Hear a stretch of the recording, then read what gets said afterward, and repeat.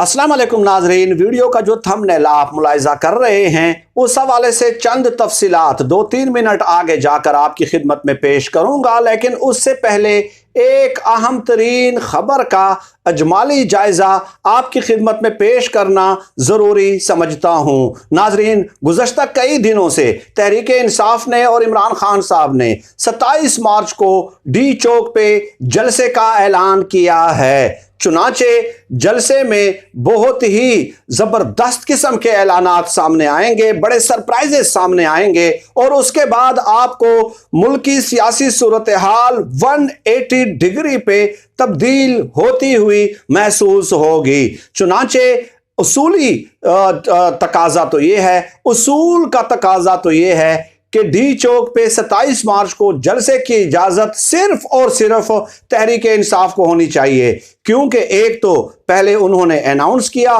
दूसरा ये कि डिप्टी कमिश्नर को सबसे पहले जो दरखास्त दी गई उस जलसे के लिए वो भी तहरीक इंसाफ की जानिब से दी गई। हाँ, अगर अपोजिशन वाले 27 मार्च के जलसे के हवाले से सबसे पहले दरखास्त देते डिप्टी कमिश्नर को तो उसके बाद डेफिनेटली उनका हक बनता था। खैर, अब प्लान क्या है नाजरीन? हालात को तसादुम, इंतशार और खलफशार की तरफ ले जाने की कोशिश की जा रही है अपोजिशन की जमातों की जानिब से। चुनाचे 22 मार्च को मरियम नवाज का सवात में जलसा होगा। डेफिनेटली अमीर मकाम साहब पानी की तरह पैसा उसके लिए बहाएंगे। अमीर मकाम साहब की शोहरत ही यही है और वो बड़े बड़े जलसे करा भी सकते हैं, इसमें भी कोई दो राय नहीं है। जो सलाहियत जिसके अंदर मौजूद हो हमें वो सलाहियत डेफिनेटली माननी चाहिए। हाँ, वो चिकन बिरयानी, कीमे वाले नान का लालच देकर लाते हैं, जिस तरह भी लाते हैं, ये बात तो एक फैक्ट है कि यही लालच देकर लोगों को लाया जाता है, लेकिन बहरहाल वो बड़े जलसे करा सकते हैं। अब 23 मार्च को मरियम नवाज और हमजा शहबाज जो हैं वो लाहौर से एक लॉन्ग मार्च की क़यादत करेंगे, निकलेंगे, जहलम में पड़ाव होगा, उसके बाद आहिस्ता होते होते 26 मार्च को रावलपिंडी पहुंचेंगे और 27 मार्च को जनाब अली वो इस्लामाबाद की तरफ रवाना होंगे।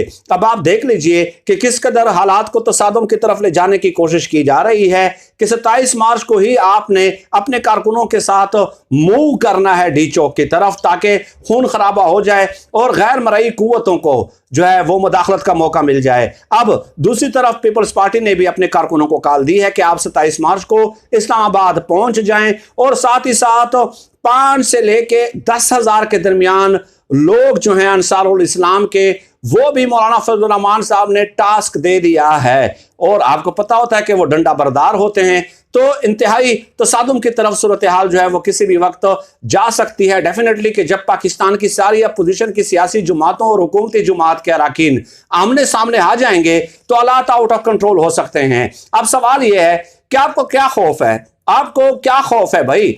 आप तो कह रहे हैं कि आपके पास 200 बंदे हैं, करने दें इमरान खान साहब को 27 मार्च को जलसा।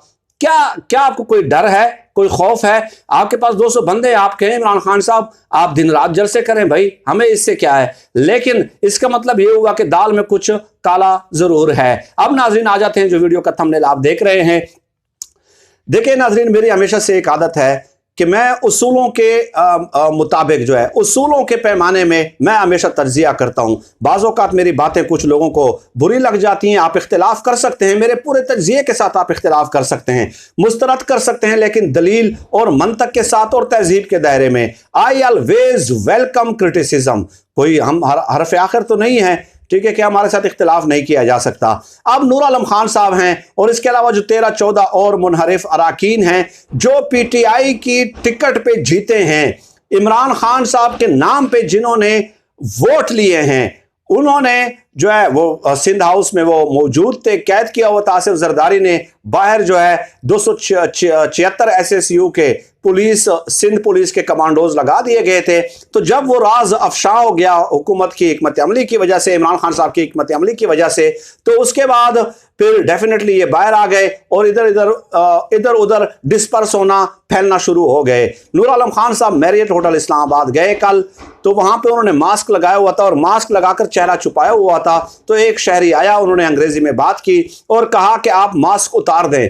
ताकि लोग आपका ये चेहरा और किरदार देख सकें। आपने मास्क क्यों लगाया हुआ है? और उस शायर ने यह भी कहा कि जनाब अली, आप जैसे लोगों की वजह से मुल्क तबाह और बर्बाद हो चुका है, आप जैसे ज़मीर फरोशों की वजह से मुल्क जो है वो इस हालत पे पहुंच गया है। और आज हालत यह है कि आप अपना चेहरा और जो है ना वो आपने ढांप दिया है क्या नाम है, मास्क के जरिए।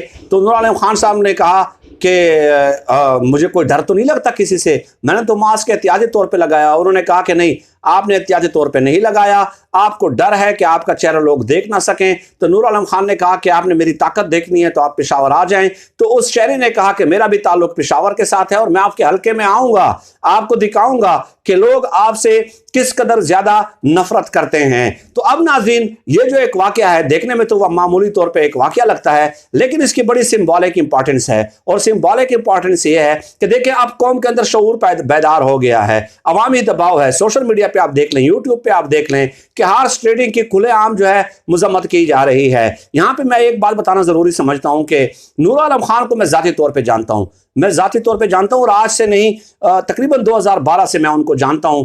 और उनके बारे में जिस तरह मैंने उनको पाया है, जितनी नशिस्तों का एहतमाम हुआ है, देखें कुछ लोग ऐसे हैं जो अभी मुनहरिफ हैं, जिन्हें जेन्युइन तहफ़्फ़ुज़ात थे हुकूमत से, और काफ़ी अरसे से वो बोल भी रहे थे, लेकिन उनकी टाइमिंग बहुत गलत है। राजा रियाज ने तो डेफिनेटली पैसे लिए होंगे, उनका तो कौन गवाही देता है। मैं सिर्फ नूर आलम खान की बात कर रहा हूं।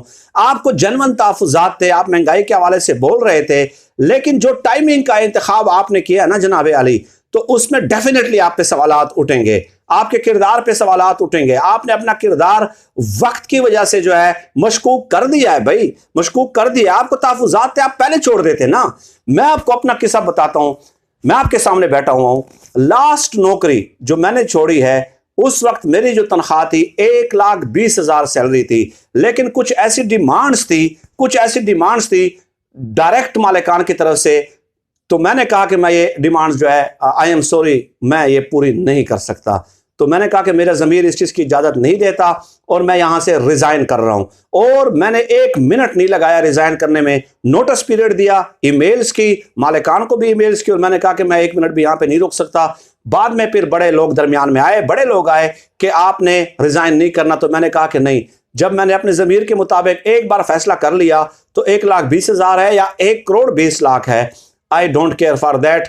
रब मेरा मालिक है, खालिक है, उसने वादा किया है, आज तक दिया है, किसी का मोहताज नहीं बनाया, किसी का दस्ते नगर अगर आज तक नहीं बनाया ना, तो उसी रब के सामने इल्तिजा करूंगा, उसी रब के सामने इल्तिजा करूंगा, मेहनत करूंगा, इल्तिजा भी करूंगा, मेहनत भी करूंगा, और उसी रब से मांगूंगा। और आप देख लीजिए, तो भाई आप लोग अरबपति हैं, नूर आलम खान अरबपति है, आप क्यों फैसला नहीं कर रहे थे? और बाकी जो है वो तो डेफिनेटली उनके ज़मीरों की क्या बात करनी है, वो तो 100% कन्फर्म्ड है कि उन्होंने पैसे लिए हुए हैं, उनकी कीमत लगी हुई है। चुनाचे यही वजह है कि आप देख लें कि हल्के के लोगों की तरफ से भी रिएक्शन सामने आ रहा है।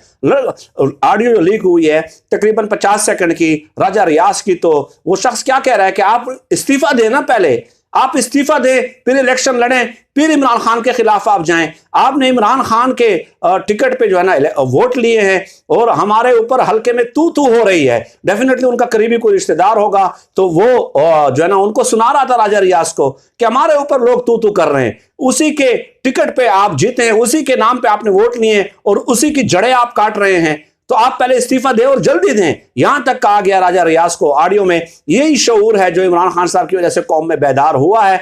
हमेशा याद रखें, इनकलाब कोई प्लान करके नहीं आता नाजरीन, कभी भी प्लान करके नहीं आता। इनकलाब चिंगारियां पकती हैं और सुलगती हैं, और एकदम जो है अवाम उठने लग जाती है। चुनाचे बहुत अच्छा है, मैं किसी गैर अखलाकी जवास की हिमायत तो नहीं करता कि इनके ऊपर हाथ डाला जाए, लेकिन इनका चेहरा तहजीब के दायरे में रहकर दिखाना बहुत ज़्यादा ज़रूरी है। सरदस्त इतना ही अल्लाह पाक से दुआ है कि अल्लाह पाक हमें खल्क़े खुदा के लिए आसानियाँ पैदा करने की तौफीक अता फरमाए। आमीन या रब्बल आलमीन।